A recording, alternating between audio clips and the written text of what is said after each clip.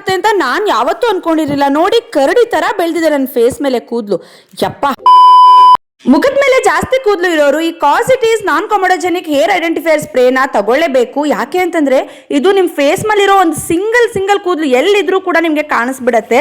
So ನೀವು ಇದನ್ನ race ಮಾಡೋದಕ್ಕೂ ಕೂಡ ಹೆಲ್ಪ್ ಮಾಡುತ್ತೆ. ಆ್ಯಂಡ್ ನಾನು ವ್ಯಾಕ್ಸಿನ್ ಥ್ರೆಡ್ಡಿಂಗ್ ಎಲ್ಲ ಮಾಡಿಸೋದಕ್ಕೆ ಹೋಗಲ್ಲ, ಬಿಕಾಸ್ ನನಗೆ ಅದೆಲ್ಲ ಆಗ್ಬರಲ್ಲ. ಸ್ಕಿನ್ ಬರ್ನ್ ಆಗೋದು, ರೆಡ್ನೆಸ್ ಆಗೋದು ತುಂಬ ಆಗ್ತಾ ಇರುತ್ತೆ.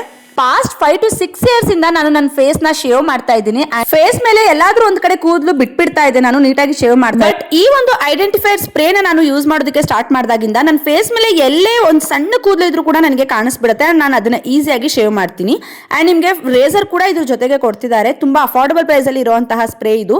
And you can see guys ಎಷ್ಟು ಈಸಿಯಾಗಿ ನನ್ನ ಕೂದಲೆಲ್ಲ ಹೋಗ್ತಾ ಇದೆ ಅಂತ ಹೇಳಿ. ಅಂಡ್ ಫೇಸ್ ಶೇವ್ ಆದ್ಮೇಲೆ ನಿಮ್ಮ ಫೇಸ್ ಮೇಲೆ ಒಂದು ಗ್ಲೋ ಕಾಣುತ್ತಲ್ಲ, ವಾವ್ ಅಂತಾನೆ ಹೇಳ್ಬೋದು. ಯು ಕ್ಯಾನ್ ಸಿ ನನ್ನ ಫೇಸ್ ಎಷ್ಟು ಕ್ಲಿಯರ್ ಆಗಿ ಶೈನಿ ಆಗಿ ಕಾಣ್ತಿದೆ ಅಂತ ಹೇಳಿ. ಸೊ ಜಸ್ಟ್ ಒಂದ್ಸಲ ನೀವು ಶೇವ್ ಮಾಡಿದ್ರೆ ಸಾಕು, ನಿಮ್ಗೆ ಇದೇ ತರ ಗ್ಲೋ ಸಿಗುತ್ತೆ. ಅಂಡ್ ಗೈಸ್, ಇನ್ನೊಂದು ಮಾತು, ಮಾರ್ಕೆಟ್ ಅಲ್ಲಿ ಈ ತರ ತುಂಬಾ ಫೇಕ್ ಪ್ರಾಡಕ್ಟ್ಸ್ ಇದೆ, ಹುಷಾರಾಗಿರಿ. ಅಂಡ್ ಈ ಪ್ರಾಡಕ್ಟ್ ನೀವು ಯೂಸ್ ಮಾಡಾದ್ಮೇಲೆ ಲಾಕ್ ಮಾಡ್ಬೇಕು. ಒಂದು ಗ್ಲಾಸ್ ಅಲ್ಲಿ ನೀರ್ನ ಹಾಕೊಳ್ಳಿ. ಅಂಡ್ ಈ ಸ್ಪ್ರೇ ಏನಿದೆಯಲ್ಲ ಅದನ್ನ ಒಂದ್ಸಲ ಸ್ಪ್ರೇ ಮಾಡ್ಬಿಟ್ಟು ಈ ತರ ನೀವು ಉಲ್ಟಾ ಮಾಡ್ಬೇಕಾಗತ್ತೆ. ಬಬಲ್ಸ್ ಬರ್ಲಿಲ್ಲ ಅಂತಂದ್ರೆ ನಿಮ್ಮ ಪ್ರಾಡಕ್ಟ್ ಲಾಕ್ ಆಗಿದೆ ಅಂತ. ಲಿಂಕ್ ಬೇಕು ಅಂತಂದ್ರೆ ಕಾಮೆಂಟ್ ಮಾಡಿ.